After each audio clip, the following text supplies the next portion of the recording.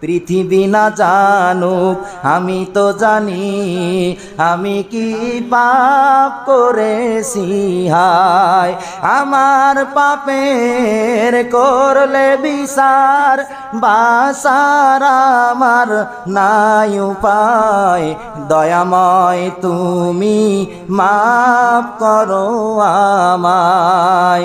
পৃথিবী না জানুক আমি তো জানি আমি কি পাপ করেছি হায়।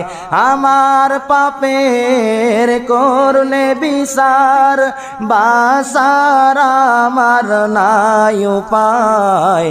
দয়াময় তুমি মাফ করো আমায়। আজকে আলোচনা হবে তাওবাতান নাসুহা। তাওবায়ে নাসুহা মানে সলিড তাওবা কাহাকে বলে? সলিড তাওবার সত্য কয়টি? খুবই গুরুত্বপূর্ণ আলোচনা শুনতে হবে।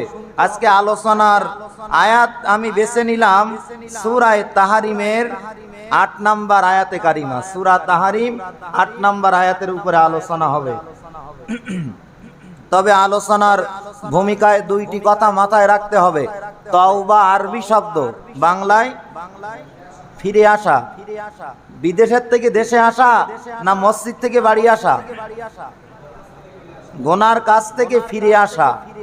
আর তাওবায়ে নাসুহা বলা হয় ওই তাওবাকে যে পাপের থেকে একবার আপনি ফিরে আসবেন, মৃত্যু পর্যন্ত ওই পাপ আর করবেন না, এই রকম প্রতিজ্ঞাবদ্ধ হয়ে যদি তাওবা করেন, এই তাওবাকে আল্লাহর ভাষায় তাওবাতান নাসুহা। এই তাওবা তাওবাতান মাকবুলাতান লা তুরাদ্দু মিন ইনদিল্লাহ। এই তাওবা আল্লাহ পাকের দরবার থেকে ফিরে আসবে না। তাওবা করতে দেরি হবে, আল্লাহ পাক কবুল করতে দেরি করবেন না। কিন্তু আমাদের দেশে অনেক আলেম আমার ওয়াজ করে তাওবায়ে নাসুহা হলো, নসুহা একজন মেয়ে লোকের নাম। সেই মেয়ে লোক তাওবা করলে আল্লাহ পাক তাওবা কবুল করেছে, তাই আল্লাহ পাক ওই মেয়ে লোকের নাম কোরআনে দিয়েছে তাওবাতান নাসুহা। একদম ডাহা গাজাখুরি কথা। নাসুহা কোনো মেয়ে লোকের নাম না। নাসুহা শব্দের অর্থ সলিড তাওবা। কি তাওবা? আমি আয়াত পড়েছি সূরা তাহরিম, আয়াত তেলাওয়াত করে ডাইরেক্ট হাদিসের ব্যাখ্যার দ্বারায় তাওবাতান নাসুহা আপনাদেরকে আমি বোঝানোর চেষ্টা করব, আল্লাহ পাক যদি আমাদের তৌফিক দেন। কারণ আমরা এখানে এমন কেউ নেই বলতে পারবো না যে আমার কোনো গুনাহ নেই।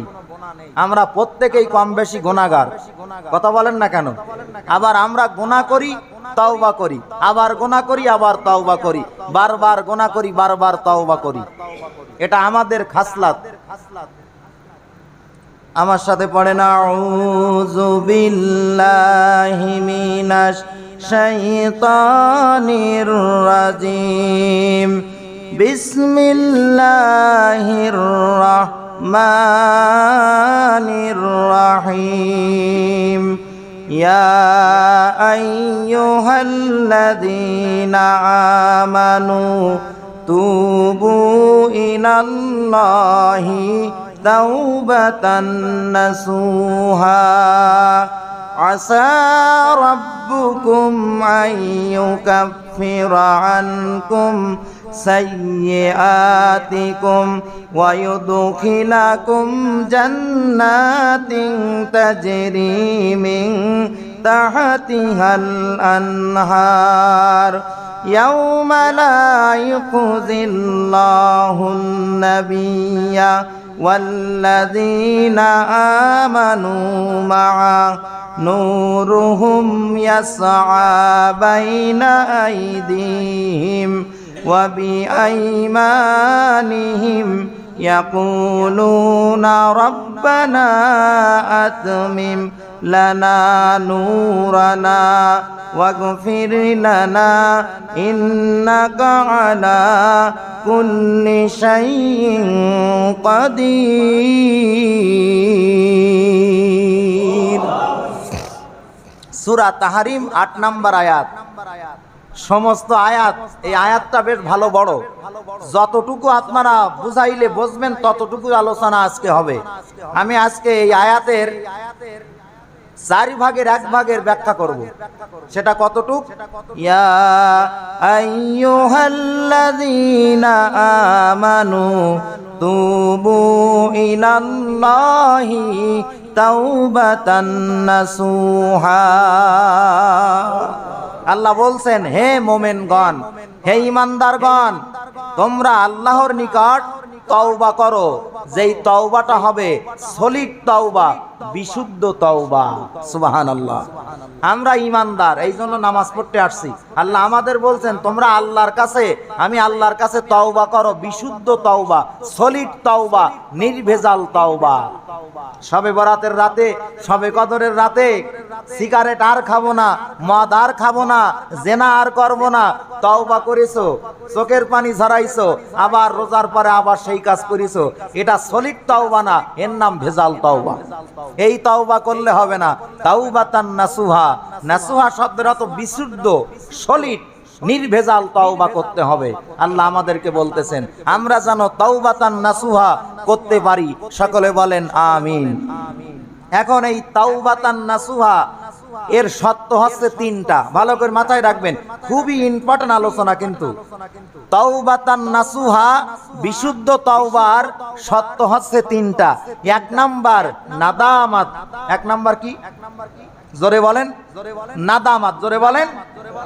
নাদামাত মানে অনুশোচনা। এক নাম্বার নাদামাত মানে অনুশোচনা। দুই নাম্বার, যে গুনাহ থেকে আপনি তওবা করবেন ওই গুনাহ আর কোনোদিন করা যাবে না। আর তিন নাম্বার শর্ত হচ্ছে এই, তিন নম্বর শর্ত হচ্ছে এই গুনাহের কথা স্মরণ করে আল্লাহর কাছে মাপ চাইতে হবে। এই তিনটা শর্ত যখন পুরা হবে তখন ওই তওবাটা হবে বিশুদ্ধ তওবা, সলিড তওবা, নির্ভেজাল তওবা, যার নাম কোরআনে সূরা তাহরিমের ৮ নম্বর আয়াতে আল্লাহ বলতেছেন তাওবাতান নাসুহা। জোরে কোন সুবহানাল্লাহ। তাহলে তাওবায়ে নাসুহার শর্ত কয়টা? এক নাম্বার নাদামাত। এক নাম্বার কি? অনুশোচনা। এক নাম্বার কি? অনুশোচনা। এখন অনুশোচনা কেমন? যাকে বলা হয় অনুতপ্ত। রাগের মাথায় অনেকে স্ত্রীরে হত্যা করে, রাগের মাথায় অনেক বাপ সন্তানকে হত্যা করে, রাগের মাথায় অনেকে আর একজন মানুষকে খুন করে। রাগ যখন পানি হয় তখন কিন্তু অনুতপ্ত হয় যে আমি করলাম কি। এটাকে বলা হয় অনুশোচনা, নাদামাত। তাওবাতান নাসুহার তিনটা শর্তের এক নাম্বার অনুশোচনা করতে হবে, অনুতপ্ত হতে হবে। কি পাপ করেছি আল্লাহ, আপনি আমারে মাফ করেন। বারবার এই গুনাহের কথা স্মরণ করে চোখের পানি ঝরাতে হবে, আল্লাহর কাছে মাপ চাইতে হবে। একটা হাদিস আমি আপনাদের শোনায়ে দেই। আল্লাহর নবী দোজাহানের বাদশা নবী আমার মুহাম্মদুর রাসূলুল্লাহ সাল্লাল্লাহু আলাইহি ওয়াসাল্লাম মক্কা থেকে যখন মদিনায় হিজরত করলেন, যারা হিজরত করে আসছেন তাদেরকে বলা হয় মুহাজির, আর যারা মুহাজির সাহাবীদেরকে মদিনায় আশ্রয় দিয়েছেন তাদেরকে বলা হয় আনসার। যারা হিজরত করে মক্কা থেকে মদিনায় আসছে নবীজির সাথে, এদেরকে বলা হয় মুহাজির। কি বলা হয়? আর যারা মদিনার মুসলমান ছিল, যারা সাহাবীদেরকে আশ্রয় দিয়েছিল, এদেরকে বলা হয় আনসার, মানে সাহায্যকারী। মদিনায় যারা মক্কা থেকে সাহাবারা আসলেন, আল্লাহর নবী মক্কা থেকে মুহাজির যারা আসলেন সাহাবারা, এদের সঙ্গে মদিনার সাহাবীদেরকে ভ্রাতৃত্বের বন্ধনে আবদ্ধ করে দিলেন নিজের হাতে। আল্লাহু আকবার। দিনী ভাই, মুহাজির একজন সাহাবীর নাম ছিল সাঈদ ইবনে আব্দুর রহমান। কি নাম? সাঈদ ইবনে আব্দুর রহমান। ইনি আনসার না মুহাজির? মুহাজির। মক্কা থেকে মদিনায় আসছে। সাঈদ ইবনে আব্দুর রহমান হচ্ছে মুহাজির। মূল বাড়ি কোথায়? মক্কায়। আসছে কোন জায়গায়? মদিনায়। এই সাঈদ ইবনে আনসার, এই সাঈদ ইবনু আব্দুর রহমানের সাথে ভ্রাতৃত্বের বন্ধনে যে আনসারকে আল্লাহর রসুল আবদ্ধ করে দিলেন, ওই আনসার সাহাবীর নাম হচ্ছে সালাবাতুল আনসারী, হযরতে সালাবা। তাহলে হযরতে সালাবা আনসার সাহাবী, আর সাঈদ ইবনে আব্দুর রহমান মুহাজির সাহাবী, দুইজনের ভ্রাতৃত্ব বন্ধনে আবদ্ধ করে দিলেন যে আনসার সাহাবী সালাবার বাড়িতে সাঈদ ইবনে আব্দুর রহমান থাকবে। সে তার দিনী ভাই। জোরে বলেন কি ভাই?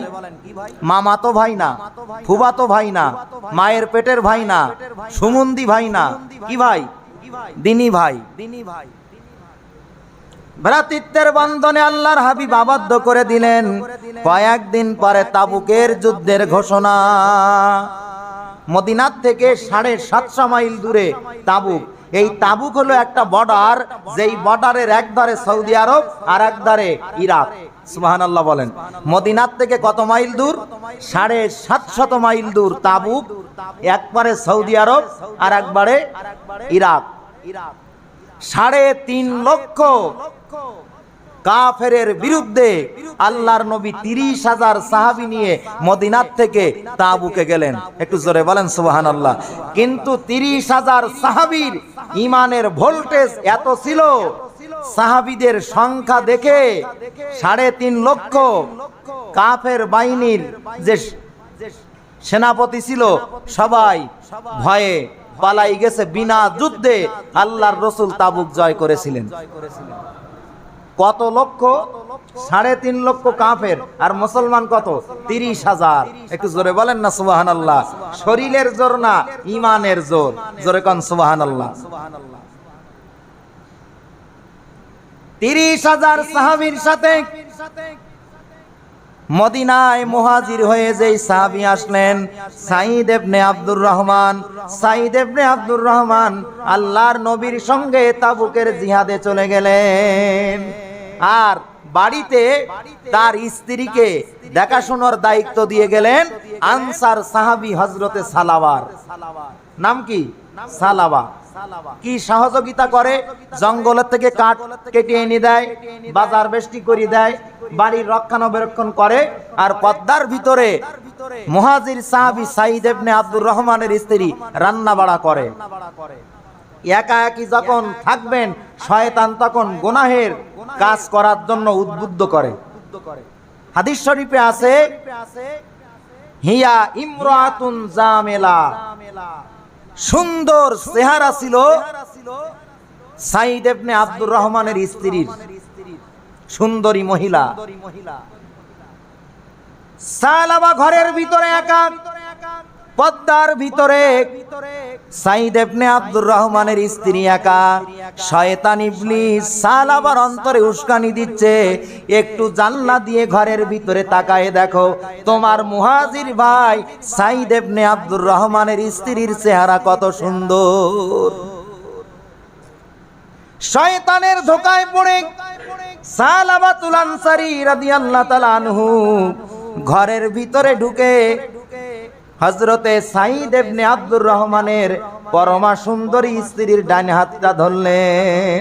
নাউজুবিল্লাহ বলেন।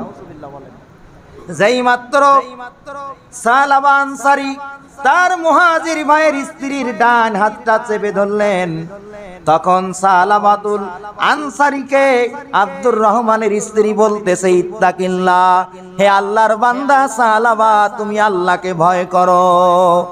ওয়ামা হাফিজতা হুরমাতিক, তুমি আমার সৌন্দর্যকে হেফাজত করো, তুমি আমার যৌবনকে তুমি সংরক্ষণ করো। তোমার হাতে আমার স্বামী আমাকে আমানত রেখে গিয়েছেন। তোমার ভাই রাসূল করিম সাল্লাল্লাহু আলাইহি ওয়াসাল্লামের সঙ্গী হয়ে তাবুক জিহাদে অংশগ্রহণ করার জন্য গেছেন। যতক্ষণ পর্যন্ত তোমার ভাই বাড়িতে না আসবে, ততক্ষণ পর্যন্ত আমি তোমার কাছে একজন আমানত। কি বলেন? আমানত।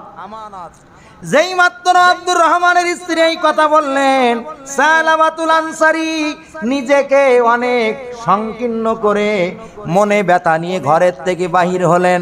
বাহির হওয়ার পরে নিজের বাড়িতে চলে গেলেন। হাদিস শরীফে আছে সালাবাতুল আনসারীর কোনো স্ত্রী ছিল না, স্ত্রী তখন দুনিয়ায় নেই, স্ত্রী জীবিত নাই। একটা নাবালিকা মেয়ে তার আছে হাদিস শরীফে, যার নাম আছে হযরতে খিমসানা। কি নাম?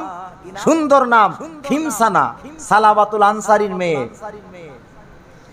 খিমসানার সামনে এসে আল্লাহর নবীর সাহাবী হযরতে সালাবা বলতেছে, মা এমন অপরাধ আমি করেছি, আমার বাড়িতে যেই জিঞ্জিরা আছে, যেই শিকল আছে আমার গলায় তুমি পরায়ে দাও, দুই হাতে আমার শিকল দিয়ে বেঁধে দাও, দুই পায়ে আমার ডান্ডা বেণী পরায়ে দাও। খিমসানা বলতেছে, আব্বা এমন কি গুনাহ তুমি করেছো? তুমি নিজেই কেন শৃঙ্খলাবদ্ধ হতে চাচ্ছ? বলে, যতক্ষণ পর্যন্ত আমার আল্লাহর কাছ থেকে আমি ক্ষমা না পাবো, ততক্ষণ পর্যন্ত আমি সালাবা এই শিকল থেকে নিজেকে আমি উন্মুক্ত করব না। আল্লাহু আকবার। নিজে হযরত সালাবা রাদিয়াল্লাহু তাআলা আনহু নিজের মেয়ের কাছ থেকে হাতে জিনজিরা, পায়ে ডান্ডা বেড়ি, গলায় শিকল পরিয়ে বারবার তওবা করতেছে আর চোখের পানি ঝরাচ্ছে, একটা গুনাহের কথা স্মরণ করে, যে গুনাহটা এখনো জেনার পর্যায়ে পরিপূর্ণ যায়নি, শুধুমাত্র তার দিনী ভাইয়ের স্ত্রীর হাত টাচ করেছে। স্ত্রী বলতেছে, আপনার ভাইয়ের স্ত্রী আমি, আপনার কাছে কিন্তু আমি একজন আমানত, যতক্ষণ আপনার ভাই জিহাদ থেকে বাড়ি না আসবে ততক্ষণ আপনি আমার খেয়ানত করতে পারবেন না। আব্দুর রহমানের স্ত্রীর জবান থেকে এই কথা শোনার পরে হযরত সালাবার অন্তরে এমন আল্লাহর জাহান্নামের ভয় দোলা দিয়েছে, যেই দোলার কারণে নিজে সারাক্ষণ চোখের পানি ঝরাচ্ছে আর শিকল বেঁধে ডান্ডা বেড়ি পেড়ে আল্লাহর কাছে আসামির অবস্থায় রেখেছে। আল্লাহু আকবার। এদিকে তাবুক জিহাদ থেকে নবীজি মদিনায় আসলেন।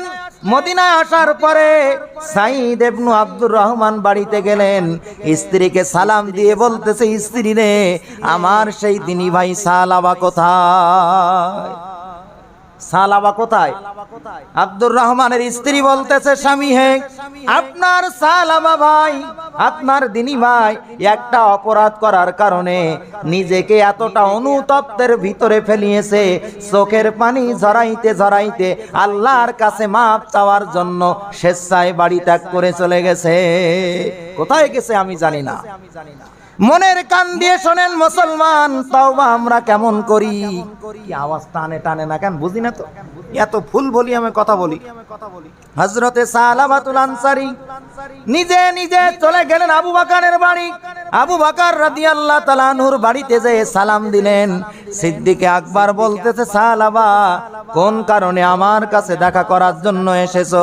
হযরতে সালাবা বলে, আমি আমার ভাইয়ের স্ত্রীর হাত টাচ করেছি, জিনা করি নাই। আমার জন্য আল্লাহর দরবারে কি তাওবার দরজা খোলা আছে?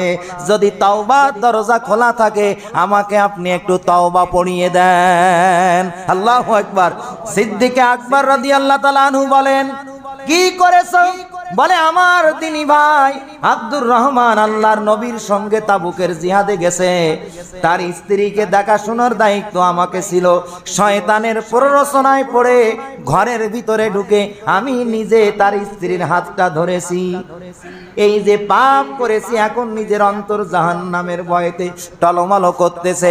তওবা যদি থাকে আমাকে একটু তওবা করিয়ে দেন। সিদ্দিক আকবর বলে, বেরিয়ে যাও আমার বাড়ির থেকে, এমন অপরাধ তুমি করেছো, তোমার একজন দিনী ভাইয়ের গতরে তুমি হাত দিয়েছো, তোমার জন্য তওবার দরজা খোলা নাই, তোমার জন্য আমার কাছে কোনো তওবার পথ নাই। কানতে কানতে হযরতে সালাবাতুল আনসারী হযরত ওমর রাদিয়াল্লাহু তাআলা আনহুর বাড়িতে গেলেন, হাতে কিন্তু শেকল দিয়ে বাঁধা আছে, পায়ে ডান্ডা বেড়ি। হযরত আমিরুল মুমিনিন ওমরকে সালাম দিয়ে বলতেছে, ভাই, আমার দিনী ভাই সাইদ ইবনে আব্দুর রহমানের স্ত্রীর হাতটা আমি ধরেছি, এতটুকু অপরাধ করেছি, জাহান্নামের ভয়ে তো নিজেকে আর সামলাইতে পারি না।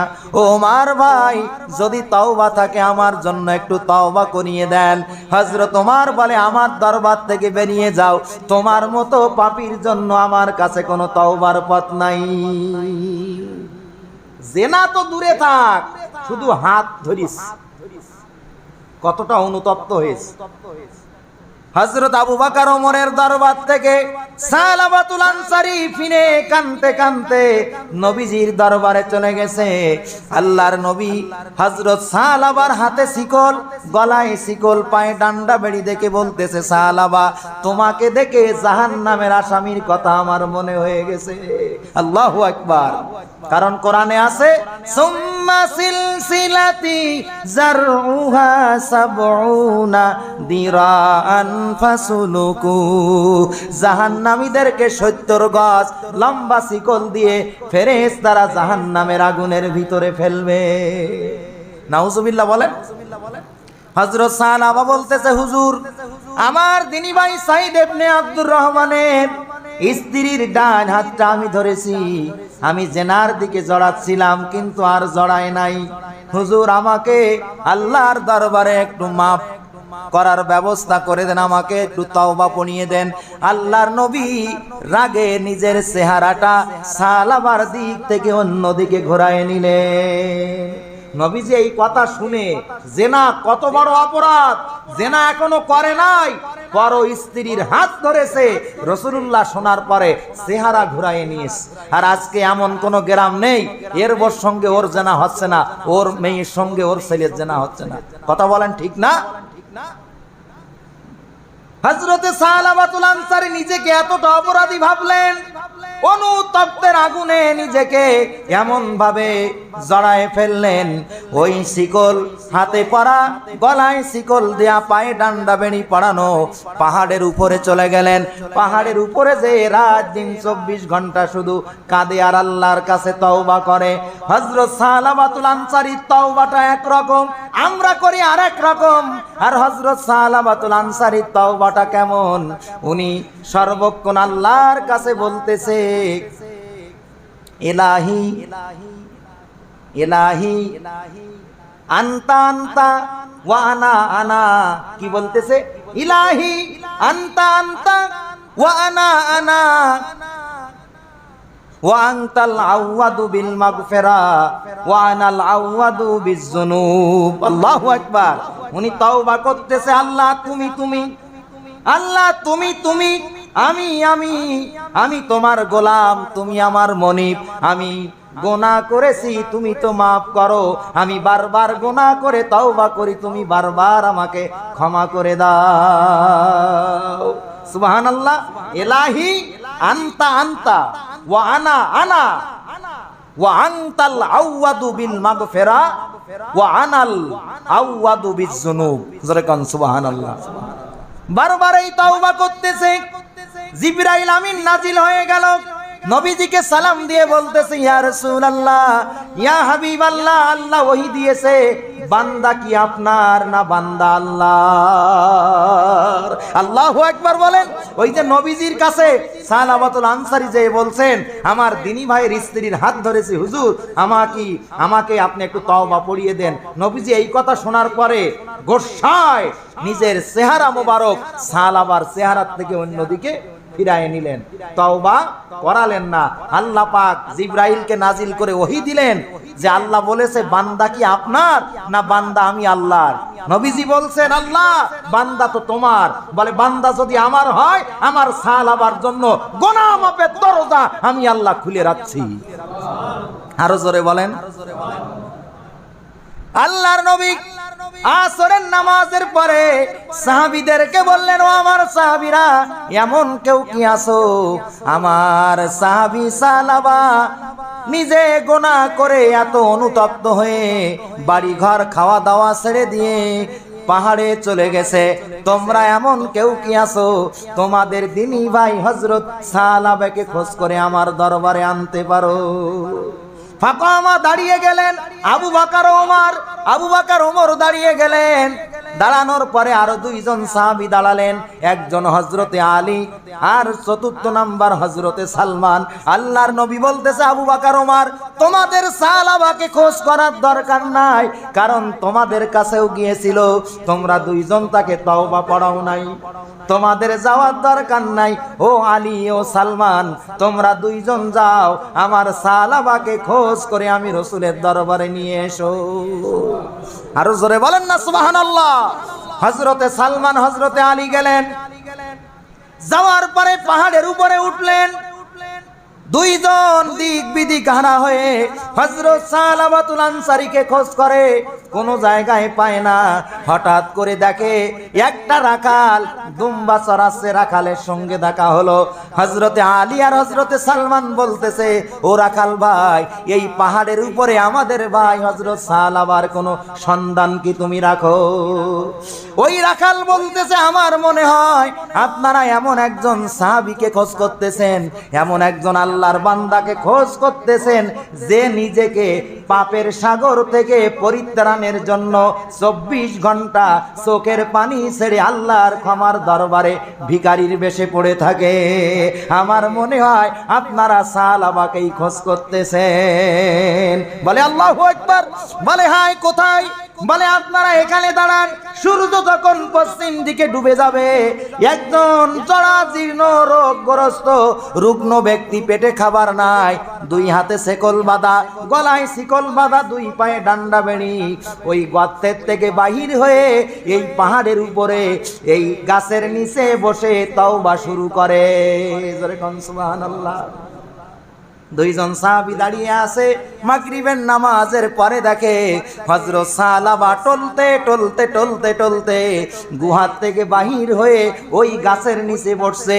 আল্লাহর দরবারে দুটো হাত তুলে অনবরত চোখের পানি ছেড়ে বলতেছে, চোখের পানি ছেড়ে ওই দোয়া করতেছে, ইলাহি আনতা আনতা ওয়া আনা আনা ওয়া আনতাল আওয়াদু বিল মাগফিরা ওয়া আনাল আওয়াদু বিযুনুব। আল্লাহ তুমি তুমি, আমি বারবার গুনাহ করি, আমি তোমার বান্দা, বারবার ক্ষমা করো তুমি আমার আল্লাহ। এই দোয়া করতেছে। হযরতে সালাবাতুল আনসারীর দুই ধারে হযরতে আলী দাঁড়ালেন ডান ধারে, হযরতে সালমান দাঁড়ালেন বাম ধারে। দুইজন দুই হাত ধরে উঁচু করলেন, কিন্তু দাঁড়াইতে পারে না। 40 দিনের ভিতরে সালাবা পানি ছাড়া অন্য কোনো খাদ্য পেটের ভিতরে ঢুকায় নাই। সামান্য পর স্ত্রীর গায়ে হাত দিয়েছে, এতটুকু অপরাধ। এই অপরাধ এত বড় অনুতপ্ত তিনি হয়েছেন, খাওয়া দাওয়া ছেড়ে দিয়েছেন, বাড়ি ঘর ছেড়ে দিয়েছেন, নিজের নাবালিকা সন্তানের কথাও ভুলে গেছেন। হযরত সালাবাতুল আনসারীর ডান দিকে আলী ধরলেন, বাম দিকে হযরতে সালমান ধরলেন। দুইজনের কান্দে ভর দিয়ে হযরত সালাবাতুল আনসারীকে নবীর দরবারে হাজির করলেন। যেই মাত্র মসজিদের ভিতরে সালাবাতুল আনসারীকে নিয়ে হযরত আলী আর হযরত সালমান ঢুকলেন, হযরতে বেলাল এশার নামাজের তাকবীর দেওয়া শুরু করেছে। আল্লাহু আকবার। পিছনের কাতারে হযরত সালাবা দাঁড়ালেন, দুই ধারে আলী আর হযরতে সালমান দাঁড়ালেন। আল্লাহর নবী ইমামতি করতেছেন সূরা ফাতিহার পরে, আল্লাহকুমুত তাকাসুর। এই আয়াত যখন সূরা তাকাসুরের আয়াতটা প্রথম আয়াত পড়েছে, হযরতে সালাবা নামাজের ভিতরে বিকট একটা চিৎকার দিয়ে মাটিতে পড়ে গেছে। আল্লাহু আকবার। দ্বিতীয় আয়াত আল্লাহর নবী যখন বললেন, হাত্তা যুরতুমুল মাকাবির, হযরতে সালাবাতুল আনসারী প্রথম আয়াত শুনে জমিনে পড়ে গেলেন, দ্বিতীয় আয়াত শুনে হাই নিঃশ্বাস কেটে দুনিয়ার থেকে বিদায় নিলেন। আল্লাহু আকবার। নামাজ শেষ হওয়ার পরে আল্লাহর নবীর কানে সংবাদ পৌঁছানো হলো, আপনার সাহাবী হযরতে সালাবাকে আনলাম, কিন্তু সালাবা মৃত্যুর কোলে ঢুলে পড়েছে। আল্লাহর নবী এসে বলতেছে, ও সালমান, সালাবার মাথায় পানি ঢালো। হযরতে সালমান পানি নিয়ে ফেলবেন, কিন্তু বলে ইয়া রাসূলুল্লাহ, ইয়া হাবিবাল্লাহ, আপনার সাহাবী হযরত সালমান একটা গুনাহের অনুতপ্ত হতে হতে এতটা আল্লাহর দরবারে নিজেকে আসামি ভেবেছেন, কানতে কানতে এই নামাজরত অবস্থায় দুনিয়ার থেকে বিদায় নিয়েছে। সাহাবীরা কান্না আরম্ভ করলেন, জিনা তো দূরে থাক, পর স্ত্রীর হাত ধরেছে, এই গুনাহটা এত বড় অনুতপ্ত তার হৃদয়ে টলমল করেছে। 40 দিন কিছু খায় না, বাড়ি ঘর ত্যাগ করেছে, জিঞ্জিরাবদ্ধ অবস্থায়, নিজের 2 পায়ে ডান্ডা বেড়ি অবস্থায় এতটা কান্নাকাটি করলো, আজকে চলে গেল দুনিয়ার থেকে। আল্লাহর নবী বলতেছেন, সাহাবারা রে, আমার সালাবার তওবা আল্লাহ কবুল করেছে। আর সালাবা এই গুনাহ করার আগে যে সম্মান আল্লাহর কাছে পেয়েছিল, এই তওবার পরে তার সম্মান আল্লাহ আরো অনেক গুণে বাড়িয়ে দিয়েছে। তোমরা সালাবাকে গোসল করাও, আমি নবী তার জানাজার ইমামতি করব, আর জান্নাতুল বাকিতে আমার সালাবার জন্য তোমরা কবর খনন করো। খনন করা হলো কবর। আল্লাহর নবীর সাহাবী হযরত আলী দেখেন, আল্লাহর নবী যখন জানাজার নামাজ পড়ানোর জন্য যাচ্ছেন, পুরা পায়ের তালুটা আল্লাহর নবী জমিনের উপরে না দিয়ে 2 পায়ের 10 আঙ্গুলের উপরে ভর দিয়ে দিয়ে জানাজার ময়দানে যাচ্ছেন। জানাজা সমাপ্ত হওয়ার পরে সাইয়েদনা আলী রাদিয়াল্লাহু তাআলা আনহু বলতেছে, ইয়া রাসূলুল্লাহ, ইয়া হাবিবাল্লাহ, মদিনার জমিন তো কম ছিল না, কেন আপনি 2 পার পাতা 2 পায়ের তালু মাটির উপরে না দিয়ে আঙ্গুলের উপরে ভর দিতে দিতে যাচ্ছিলেন, কারণটা কি? আল্লাহর নবী বলতেছে, ও আমার সাহাবারা, আমার সালাবা আনসারী সামান্য পর স্ত্রীর গতরে হাত দিয়েছে, এই গুনাহটা তার অন্তরে জাহান্নামের ভয় এমন ভাবে দোলা দিয়েছে, 40 দিন অনবরত কাঁদে, ঘুমায় না, কিছু খায় না, 2 হাতে শিকল বাঁধা, গলায় শিকল বাঁধা, 2 পায়ে ডান্ডা বেড়ি পদা, যে কি যেন অপরাধ করেছে। আমার সালাবার অনুতপ্তের এই তওবায়ে নসুহ আল্লাহ কবুল করেছে, আর আসমান জমিনের সব ফেরেশতা আমার সালাবার জানাজা পড়ার জন্য সব কাতার দিয়ে দাঁড়িয়ে গেছে। ও আমার সাহাবারা, আমি নবী যা দেখি তোমরা তা দেখো না। আমি উপরের দিকে তাকিয়ে দেখলাম, প্রথম আসমানের দরজা খোলা, দ্বিতীয় আসমানের দরজা খোলা, তৃতীয় আসমানের দরজা খোলা, চতুর্থ, পঞ্চম, ষষ্ঠ, সপ্তম আসমানের দরজা আল্লাহ খুলে দিয়েছেন। হাজার হাজার লক্ষ লক্ষ নূরের তৈরি আল্লাহর ফেরেশতারা সাদা পাগড়ি পরিধান করে এই জান্নাতুল বাকির ময়দানে কাদের সঙ্গে কাঁধ মিলায়ে আমার সাহাবী সালাবার জানাজা পড়ার জন্য লাইন দিয়ে দাঁড়িয়ে গেছে। আমি নবী পুরা পায়ের তালু যদি মদিনার মাটিতে দেই, আল্লাহর ফেরেশতাদের গায়ে লাগবে, এই জন্য আমি পুরা পায়ের তালুটা জমিনে না দিয়া 2 পায়ের আঙ্গুলের উপরে ভর করে হেঁটে হেঁটে জানাজা পড়ানোর জন্য যাচ্ছিলাম। এই জন্য আল্লাহ বলেন, ইয়া আইয়ুহাল্লাযীনা আমানু তুবু ইলাল্লাহি তাওবাতান নাসুহা। হে ঈমানদারেরা, তোমরা সলিড তওবা করো, তাওবাতান নাসুহা করো। যদি তওবায়ে নাসুহা করতে পারো, পিছনের সব গুনাহ মাফ করে দিয়ে আমি আল্লাহ গুনাহ করার আগে যেমন দয়া করতাম, তার চাইতে দ্বিগুণ রহমত তোমাদের উপরে আমি আল্লাহ নাজিল করে দিব। জোরে কন্না সুবহানাল্লাহ। তাহলে তাওবায়ে নসুহার শর্ত কয়টা? 1 নাম্বার নাদামাত, মানে কি? অনুতপ্ত হতে হবে, অনুশোচনা করতে হবে। যেমন সালাবা আনসারী, তার গুনাহ আর আমাদের গুনাহ আকাশ পাতাল। 2 নাম্বার, যে গুনাহ থেকে তওবা করবেন মুসলমান, মরার আগ পর্যন্ত ওই গুনাহ আর করতে পারবেন না। আর 3 নাম্বার, প্রতিজ্ঞা করতে হবে, আল্লাহ কোন গুনার কাজ আমি আর জীবনে করব না। এই 3টা শর্ত যদি পূরণ হয়, ওই তওবার নাম তওবায়ে নসুহা। আমাদের গুনার থলকুল নাই, এই জন্য আসেন আমরাও যেন সলিড তওবা করতে পারি। এই সলিড তওবার নাম তাওবাতান, আরো জোরে বলেন, তাওবাতান নাসুহা, মানে সলিড, নির্ভেজাল, যার ভিতরে কোনো ভেজাল থাকবে না। এই তওবা, এই তওবা কি আমি তো করতে পারছি না, আপনারা পারছেন কিনা আল্লাহ জানেন। কেমন? আপনি সুদ খান, আজকে আল্লাহর কাছে মাপ চাবেন, আল্লাহ আমারে মাফ করে দাও। পরে আবার সুদের ব্যবসা করবেন তা হবে না।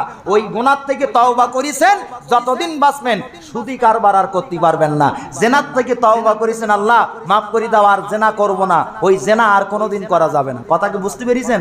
ওজনে কম দেন, খাদ্যে ভেজাল দেন, মানুষের হক বাকি দেন, আল্লাহ সবগুলো পরিশোধ করি, আর এই গুনাহ করব না। যদি এই রকম প্রতিজ্ঞার সাথে তওবা করতে পারেন, এই তওবার নাম তাওবাতান।